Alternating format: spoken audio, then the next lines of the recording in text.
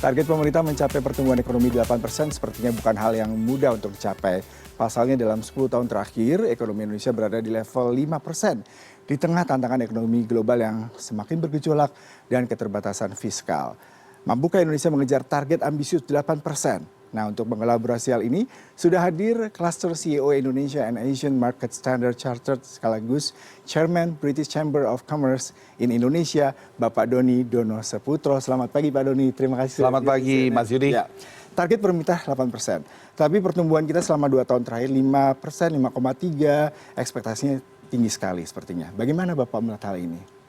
Jadi pertama-tama mungkin kami memandang bahwa strategi pertumbuhan ekonomi Indonesia atau target pertumbuhan ekonomi Indonesia 8% yang dicanangkan oleh Presiden Prabowo itu merupakan suatu strategic aspirational objektif bagi pemerintah Indonesia dalam mendorong pertumbuhan ekonomi dan fulfilling potensi ekonomi Indonesia, dan kami rasa itu baik dan tepat. Dalam skala yang lebih kecil, kami di Global Corporate seperti contohnya memang quite common dan sudah terbiasa untuk memiliki aspirational goals, ya, multi-year long-term aspirational goals yang menjadi north star dari seluruh kegiatan aktivitas kami menuju kepada pencapaian aspirational goals tadi.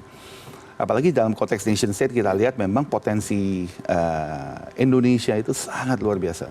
Jadi mulai dari besarnya pasar domestik, kemudian natural resources, demographic bonus, sampai juga besarnya peluang dari hilirisasi dan industrialisasi, serta tumbuhnya beberapa sektor ekonomi baru seperti digitalisasi, kemudian juga sektor ekonomi hijau lebih tepatnya. Nah, memang mungkin ini yang perlu digarisbawahi bahwa dalam memenuhi atau mencapai strategic goals tadi, memang dibutuhkan strategi pelaksanaan dan juga execution yang sangat mumpuni, yang boleh dibilang memang harus sangat efektif, melibatkan resources yang juga tepat, profesional dan lain-lain, dan peningkatan performa di seluruh dimensi mulai dari politik, ekonomi, sosial juga harus dilakukan. Dan yang lebih penting lagi bahwa memang menurut kami tidak hanya bisa dilakukan peran pemerintah, tapi juga seluruh partai yang ada di sini dalam hal private sector, kemudian masyarakat mesti bersama-sama bekerjasama untuk menuju pada pencapaian 8% tadi. Nah, namun ada beberapa mungkin poin-poin penting atau faktor-faktor utama yang menurut kami penting untuk dijaga ke depannya. Yang pertama adalah kebijakan yang menjaga daya beli masyarakat atau consumer spending power. Jadi inflasi harus tetap dijaga untuk rendah, dan lapangan pekerjaan formal itu harus ditingkatkan. Jadi saat ini kita lihat inflasi mungkin di tahun 2025, 2 bulan pertama masih sangat rendah, jauh di bawah 1% in average. Kemudian juga tingkat pengangguran masih di bawah 5%, jadi lebih baik daripada pre-COVID. Kalau kita lihat, namun daripada itu, jika kita lihat saat ini tingkat komposisi dari employment rate di Indonesia, tingkat employment formal itu hanya 42%. Jadi masih di bawah pre-COVID yang 44%. Bahkan kalau kita compare di negara-negara ASEAN, mungkin dengan ASEAN 6, ya, the 6 largest countries in ASEAN, kecuali Thailand, the rest of the other countries itu memang sektor employment formalnya lebih dari 50%. Jadi memang bagusnya kita meningkatkan ke arah sana. Jadi memang ini yang perlu kita tingkatkan lebih lanjut. Yang kedua tentunya investasi. Nah, investasi dibutuhkan baik investasi domestik maupun juga investasi asing. Tidak hanya untuk mendorong kapasitas produksi perekonomian nasional, tapi juga untuk membuka lapangan pekerjaan formal itu tadi. Jadi pembangunan infrastruktur yang berkelanjutan, kemudian investasi di sektor yang bernilai tambah tinggi memang penting atau menjadi kunci dalam mendorong pertumbuhan yang lebih luas lagi.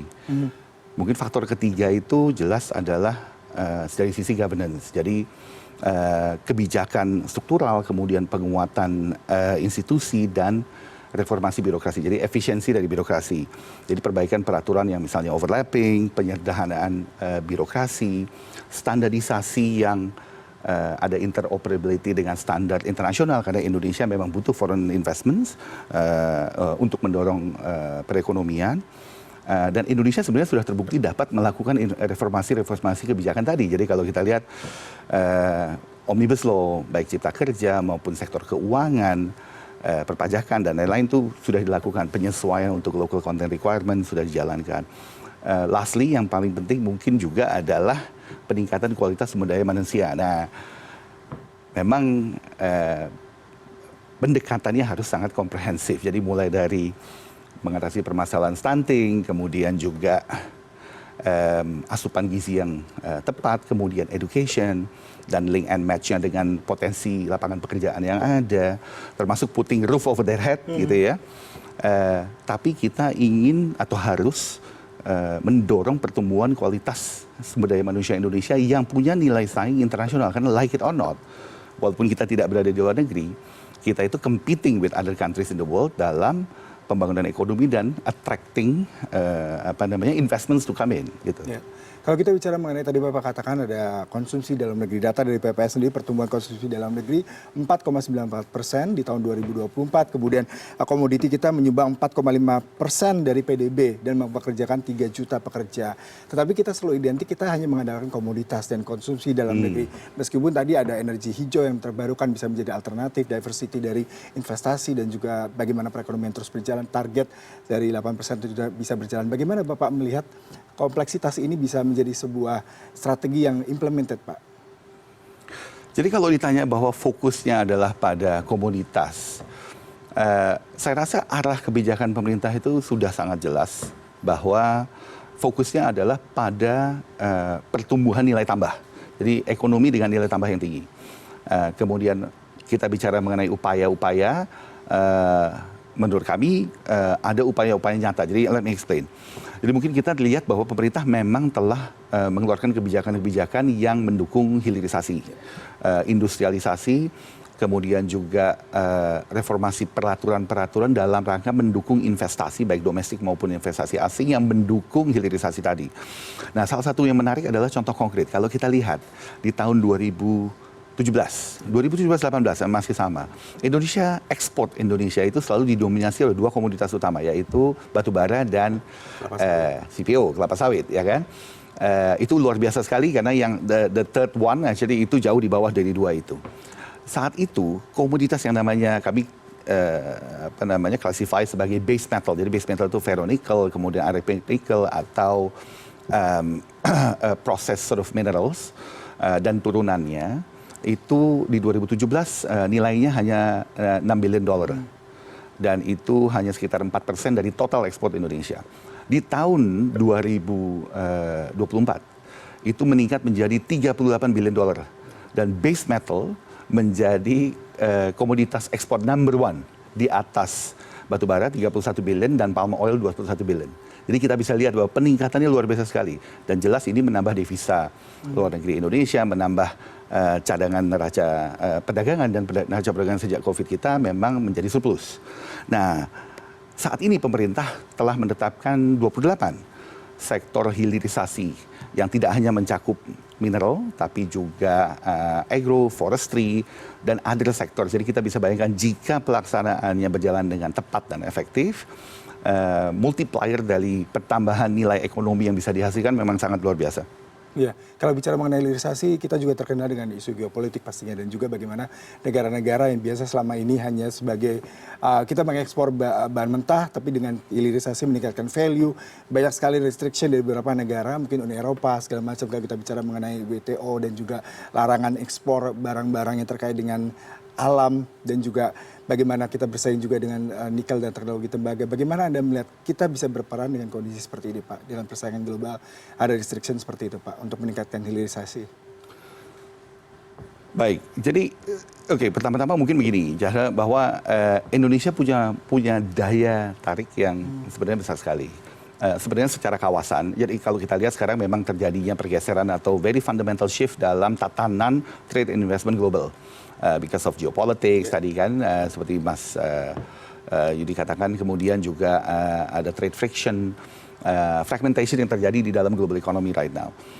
Itu menyebabkan penurunan global slowdown. Jadi sedangkan capital in the world itu juga selalu mencari area di mana growth ada di sana. Nah, kalau kita lihat sebagai kawasan, ASEAN itu one of the brightest spot in terms of FDI destination of the world, right? Karena young population, 700 million, kemudian juga pertumbuhan ekonominya cenderung 5% and above. Nah, dari sisi itu Indonesia is the largest economy in ASEAN. Jadi kita memang punya potensi itu dan paling lengkap kalau menurut kami. Jadi kita lihat bahwa natural resources ada, sumber daya manusia juga ada, pasarnya besar dan lain-lain. Nah, dari sisi ini kami merasa bahwa Indonesia dapat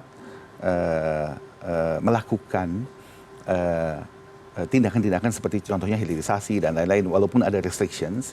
Saya rasa di sinilah di mana peran pemerintah, Kementerian Perdagangan, Kementerian Luar Negeri, dan BKPM juga dalam menyusun hubungan diplomasi ekonomi dengan negara-negara atau kawasan-kawasan lain di dunia. Terus terang, kita punya daya tarik yang besar sekali. Jadi pada dasarnya private sector companies itu kan global private sector companies, memang capital itu lebih banyak di private sector dibanding di public sector. Jadi memang mereka akan berangkat atau bergerak ke arah di mana memang peluang atau opportunity untuk invest itu paling bagus, kira-kira gitulah gampangnya.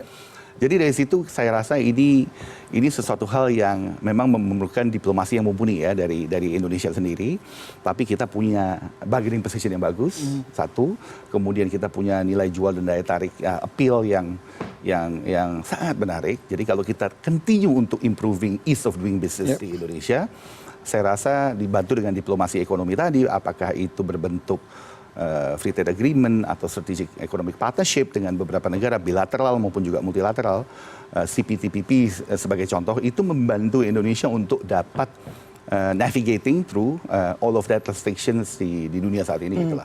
Menarik bicara mengenai Asia, meskipun tadi Bapak katakan kita sangat potensial, kita punya selling point, tapi kalau bicara persaingan dengan Vietnam pertumbuhan ekonomi di 2024 mencapai 7,09%, kemudian Filipina ini PMI-nya di kisaran 51,91%, bahkan ini dikategorikan sebagai ekspansif.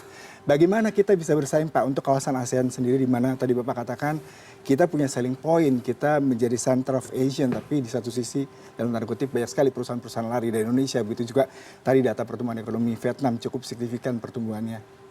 Oke, mungkin apakah perusahaan lari dari Indonesia, mungkin I may not agree fully actually with that, karena yang kita lihat bahkan lebih banyak perusahaan-perusahaan asing yang datang ke Indonesia gitu ya. Tapi net mungkin gini konteksnya. Jadi bahwa memang ASEAN seperti saya katakan tadi bahwa is one of the bright spot for foreign direct investment destination di dunia saat ini. Jadi kalau kita lihat ada beberapa data yang saya lihat di sini gitu ya. Jadi total global di tahun 2018 total global FDI itu ASEAN itu 10% pangsa pasarnya. Jadi market share-nya dari total global FDI ASEAN itu mendapat 10%. Di 2023 meningkat jadi 17%. Jadi peningkatannya padahal FDI meningkat secara umum dari 2018 sampai 2023 kan. Padahal total ASEAN porsi GDP total ASEAN itu hanya 3% dari total GDP dunia. Jadi memang punching above its weight ya kan. Nah, kalau kita lihat di antara negara-negara ASEAN sendiri, nah ini yang menarik.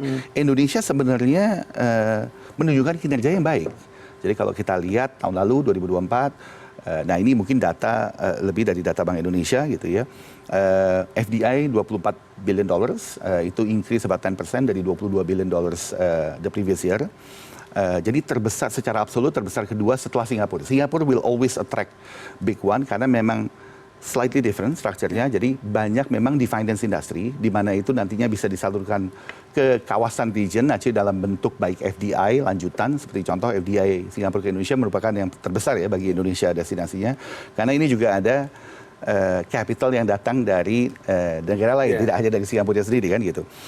Tapi Indonesia the second largest. Kemudian kalau kita lihat, nah China has become one of the largest investor in the world the last few years kan.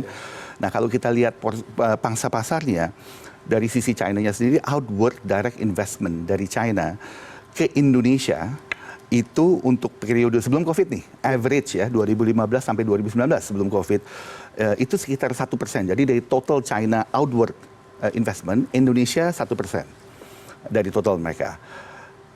Post COVID 2021 sampai 2023 average-nya meningkat 3 kali lipat, jadi 3% ke Indonesia. Negara ASEAN yang lain tidak ada, bahkan tidak sampai 50% pun.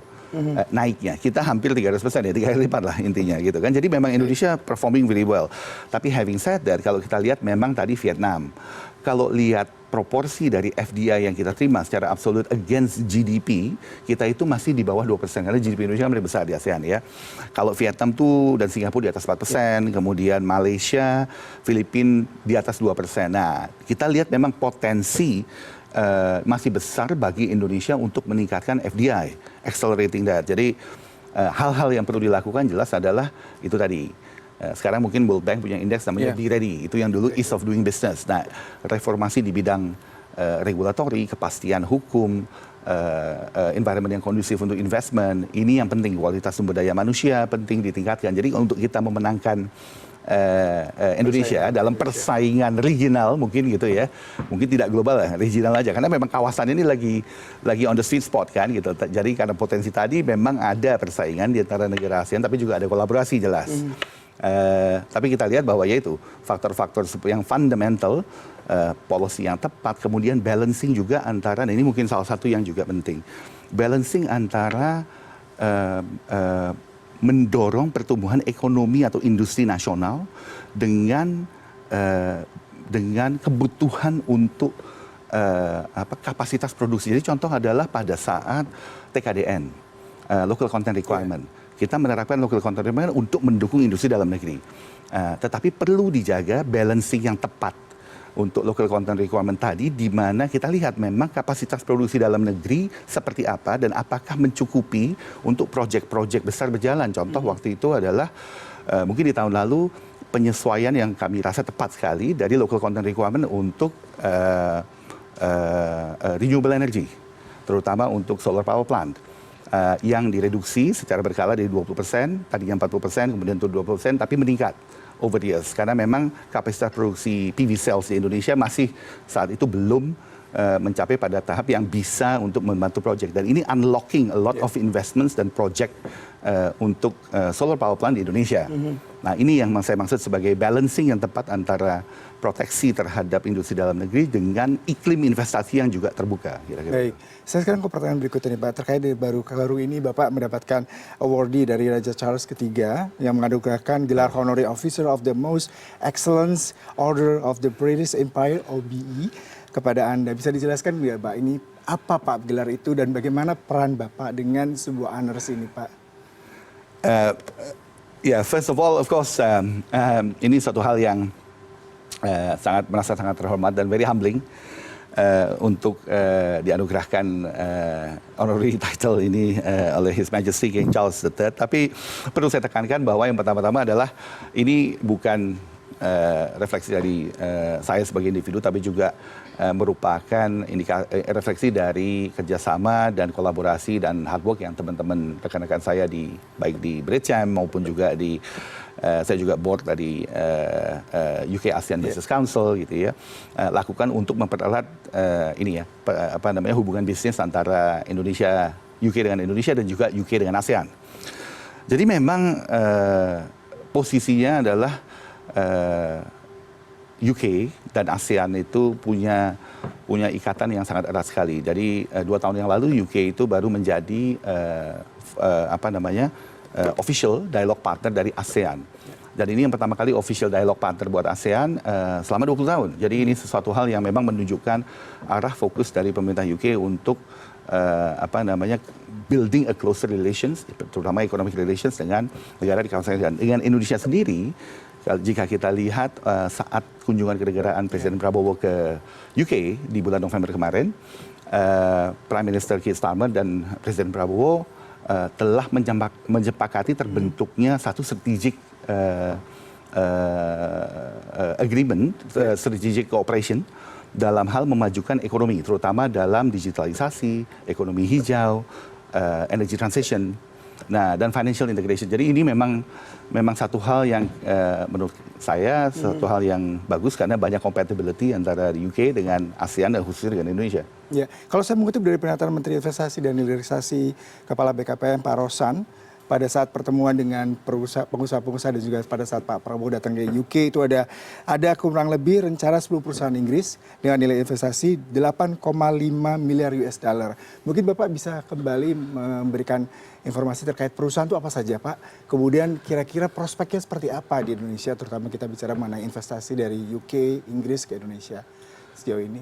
Ya, jadi sesuai dikatakan oleh Pak Menteri Rosan, memang kebetulan saat itu it's a privilege untuk saya untuk chairing the meeting antara Presiden Prabowo dengan UK private sector, jadi dengan global chairman dan global CEO dari 19 UK companies, mulai dari education sector, energy, oil and gas, FMCGs, financial industries, constructions. Kita we have committed in collective manner gitu ya, $8.5 billion investment ke Indonesia. Dan saya tahu bahwa those investments yang mencakup mulai dari energy sector, healthcare, aviation, education, FMCG, financial industries, itu memang sesuatu komitmen yang sangat konkret. Jadi bukan hanya MOU signing atau apa gitu. Bahkan seminggu setelah kami kembali dari London saat itu, beberapa dari perusahaan-perusahaan yang telah berkomitmen untuk menginvest itu telah memulai procurement process dan lain-lain ya. Jadi memang quite fast moving karena memang kita melihat bahwa potensi Indonesia sangat luar biasa. By the way, just one thing aja bahwa UK companies, some of UK companies itu interestingly enough have been operating di Indonesia itu lebih dari 1 abad. Wow, jadi ada beberapa company yang memang sudah lama dan understand fully about Indonesia and has been committed through the thick and thin dalam mendukung perekonomian Indonesia. So definitely bagaimana UK investor bisa melihat Indonesia sebagai suatu kawasan yang promising dan bagaimana mereka melihat ekonomi Indonesia menjadi sebuah legit bisnis yang mereka tidak akan segan untuk berinvestasi di tanah air, Pak. Ya, saya rasa continuous promotion dan marketing dari sisi Indonesianya sendiri, dan saya tahu itu sebagai Chairman BCM, saya lumayan sering juga ke UK dan bekerja sama dengan KBRI, dengan dubes kita di sana, Pak Desra, percaya, kemudian dengan IAPC, jadi BKPM yang ada di sana, untuk outreach dan promotional program untuk investasi ke Indonesia. Dan juga untuk mendapatkan portion of the global supply chain shift itu, terutama dari perusahaan-perusahaan di UK. Nah, saya rasa ini harus continuously dilakukan.